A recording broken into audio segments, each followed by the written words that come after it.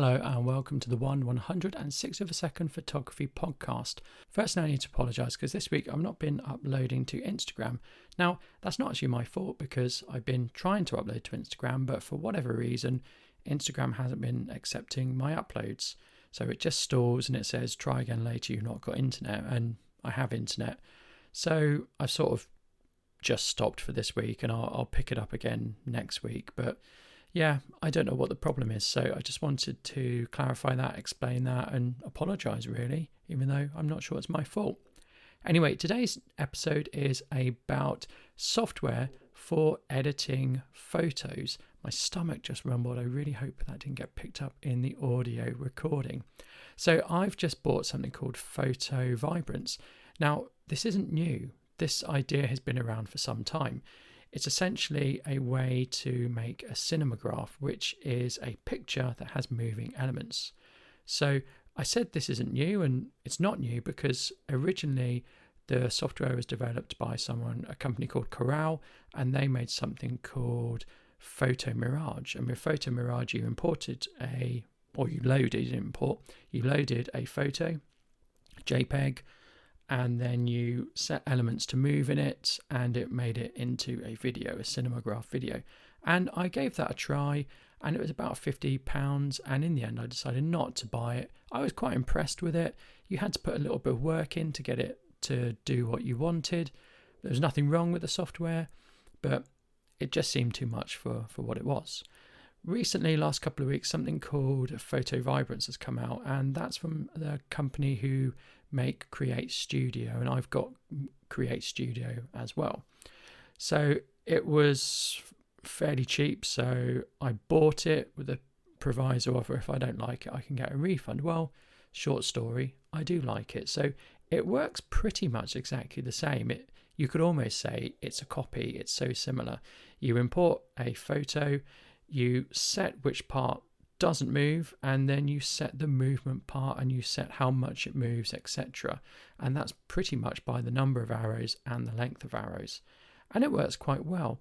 Now, where this is better than PhotoMirage is, one, it was cheaper, but two, it integrates with stock sites. So they are, a lot of softwares now do this. A lot of softwares will integrate with Pexels or Pixabay or Unsplash, and this integrates with Pexels and Pixabay.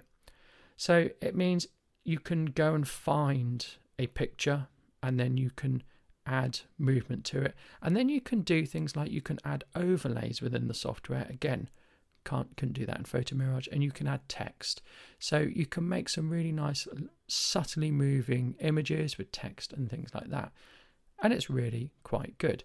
Now, why the integration with stock sites is so important, and they are free stock sites, you don't have to pay. Yes, you could go and get the image, and you could go to Pexels, Pixabay, Unsplash, and you could search for the image, and then you could download it and save it and import it. Yes, you could always do that, but it just makes it so much quicker. Now, things like waterfalls and things with water and movement and snow and stuff, you're not going to be able to find those every day. Your existing photo collection probably isn't going to have those in. And when you're doing things like this, you need something where the viewer would assume there's movement. So a waterfall is ideal. The water would move, nothing else would, or bubbles or splashes.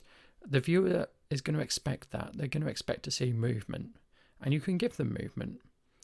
But I don't live near a waterfall, and to go and get a picture of a waterfall, even if I live near it, would be difficult. There'd be people in the way, etc., etc. So I think it's really a good piece of software. It's not a piece of software you're going to use all the time, certainly not. And I'm going to be using it to make end screens for YouTube videos. I'm going to be using it to make social media posts, and we'll see if Instagram accepts them. And like any tool, if you overuse it, it loses novelty, it becomes boring fast. So it's something that will be in my repertoire of tools, but it's not going to be something I use exclusively all the time. So there's not really much more to say about this. There's not really much more to review. It takes a picture. You don't need to have much skill. You can add movement to it. It does it very well.